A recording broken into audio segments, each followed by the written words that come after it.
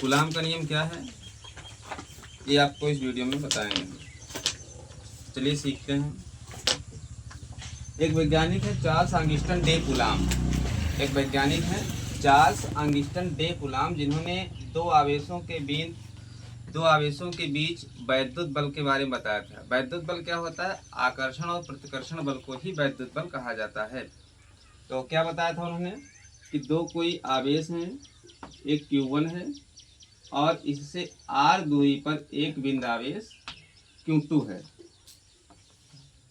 तो इनके बीच जो वैद्युत बल लगता है, इस नियम के बारे में कूलाम ने बताया था, जिसे कूलाम का नियम कहते हैं। तो कूलाम के नियम के अनुसार क्या होता है कि जो ये दो वैद्युत आवेश हैं, ये आपस में गुणनफल होते हैं और इनकी जो दूरी होती है ये वर्ग के व्युत्क्रमानुपाती होती है। ये गुणनफल के अनुक्रमानुपाती होते हैं और ये दूरी के वर्ग के व्युत्क्रमानुपाती होते हैं। तो कूलाम के नियम के अनुसार,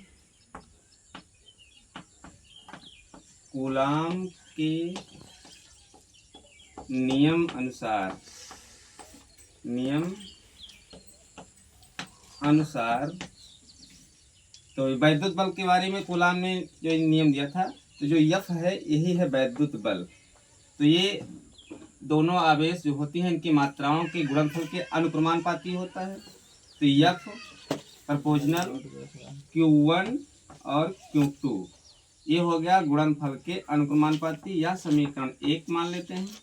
दूसरी बात यह है कि जो दूरी होती है एक दूसरे के बीच के, ये वर्ग के व्युत्क्रमानुपाती होती है।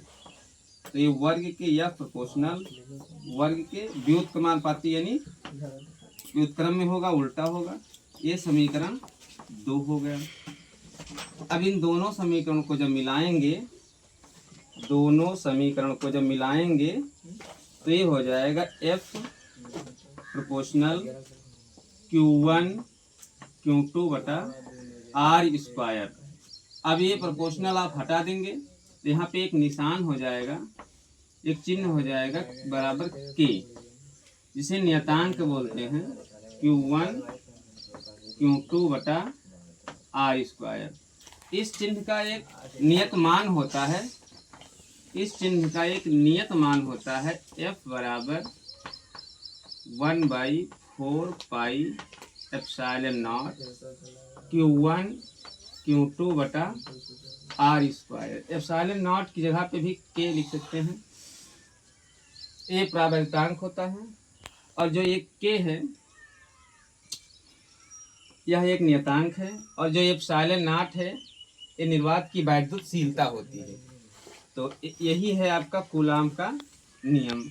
यहाँ पे न्यूटन लिखा रहता है, तो न्यूटन जो है ये बल का मात्रक हो गया। तो यह बराबर 1/4 पाई एप्सिलॉन नॉट के Q1 Q2 बटा R स्क्वायर। ये है कूलाम का नियम।